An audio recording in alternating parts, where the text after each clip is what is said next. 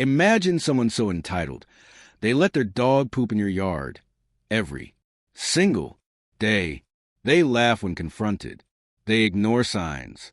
They even sneer, "What do you even do about it?" Well, what if I told you that I found the perfect way to make her regret every smug step she took past my house?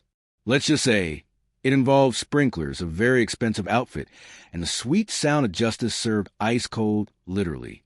If you've ever wished karma would smack an entitled person right in the face, hit that like button and subscribe, because today's story might just be the most satisfying revenge you'll hear all week. I live in a big city, and honestly, most dog owners around here are fantastic. They care about their pets. They care about the neighborhood. They pick up after their dogs like decent human beings. But every so often you get that one person, that one selfish, entitled jerk who thinks the world revolves around them. And right after the pandemic, our neighborhood got ours. Now, I need you to understand something before we dive into crimes against lawns and humanity. I'm a dog person, through and through. My late best friend, my 250-pound gentle giant of a dog, was my world. He was goofy, kind, loved people, loved other animals, and basically radiated joy wherever he went.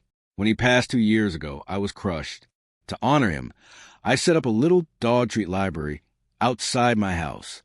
Free treats, free poop bags, a little reminder of his love for the community, and my way of giving back to other dog owners. So trust me when I say I get the struggle of picking up after a dog. My boy dropped mountains. I had a scoop shovel and a 14-gallon bucket half filled with sawdust, like I was cleaning up after an elephant at the zoo. I picked up every last pile. On walks, I carried grocery bags stuffed with extra poop bags because he was, well, prolific. The point is, I know it's not glamorous. I know it's a chore, but it's part of being a responsible dog parent. So when I noticed this one lady, let's call her Pooper Lady, letting her tiny mop of a dog dump all over my sidewalk, right in front of my wife's car, every single morning without ever picking it up, yeah, I saw red. At first, I tried to be civil. I posted on the neighborhood network. Nothing. I put up signs. Please pick up after your dog. Nothing. My neighbor, God bless her, actually shouted at Pooper Lady one morning, "Hey, pick up your dog's poop." Pooper Lady just scoffed. "I don't have time. I have to walk my dog before work." When my neighbor said, "That's super rude," Pooper Lady smirked and tossed back, "What are you going to do about it?" Oh, lady, you really shouldn't have said that. Because here's the thing. She wasn't just rude. She was consistent. Like clockwork. Every weekday between 8:02 and 8:03 a.m., she'd strut by in her expensive business casual outfits, glued to her phone, earbuds and ignoring the world, while her aggressive little fluffball, let's call it Muffin Paws, squatted right on my grass.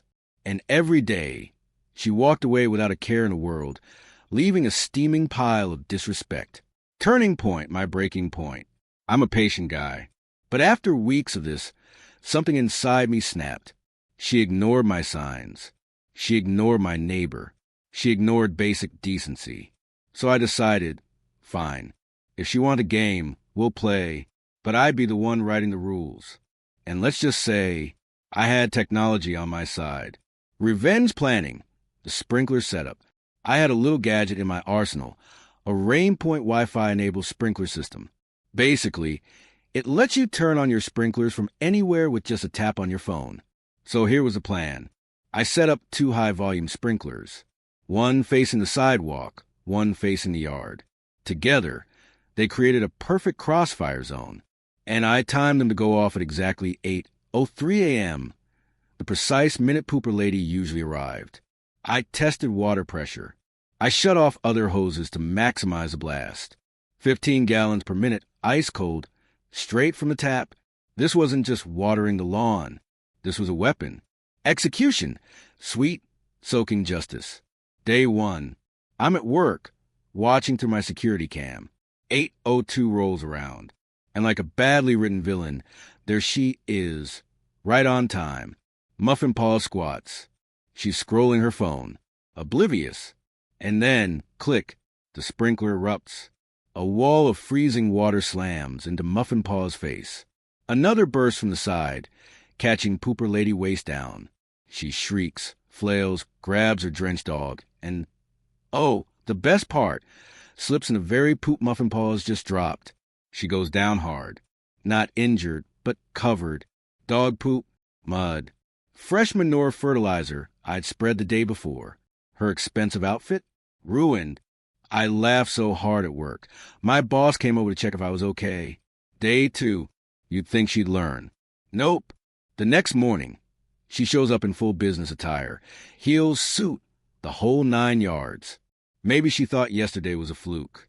She hesitates, checks her watch, starts to let Muffin Paws squat again, and that's when I hit the button manually. The scream that followed? My camera's crappy mic barely picked up sound, but I heard it loud and clear. Water blasting. Dog mid-poop. She tries to grab him, but turds are literally launching out midair like some disgusting fireworks display. One perfect little torpedo spins through the air and lands on her blouse. Her phone crashes to the ground.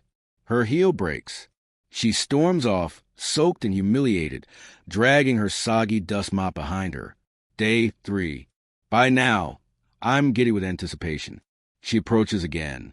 This time, Muffin Paws stops dead at the edge of my property. He refuses to move. Smart dog, but Pooper Lady insists. She tugs, drags him forward. He digs in his paws. I wait until she's just inside the splash zone. And then, whoosh, the sprinklers fire up. Muffin Paws bolts the other way, leash slipping from her grip. She stumbles and heels, arms flailing, chasing after him down the street. And just like that, I never saw Pooper Lady again. A week later, I spotted Muffin Paws again, but this time with a professional dog walker, a kind young woman. She even stopped at my treat library, grabbed a poop bag, cleaned up after him, and smiled. It was like night and day. Muffin Paws looked happier, more relaxed, more cared for. After a few months, Pooper Lady disappeared from the neighborhood entirely. Maybe she moved. Maybe she finally realized entitlement doesn't fly here. All I know is my sprinklers still run. These days, they're just for the lawn. But if another Pooper Lady ever shows up, let's just say, I'm ready. There's something deeply satisfying about watching arrogance crumble. She thought she was untouchable. She thought she could walk all over people, quite literally. But in the end, a little water, a little patience, and karma made her slip right into the mess she left behind. You know, life has a funny way of balancing the scales. Sometimes it's fast, sometimes it takes years. But when people think they're above consequences, eventually, karma finds a way. And in this case, karma had a hose. If the story gave you chills or maybe a good laugh, smash that like button and tell me in the comments, what's the most satisfying revenge you've ever witnessed? And of course, subscribe for more stories like this. Because trust me, you don't want to miss the next one.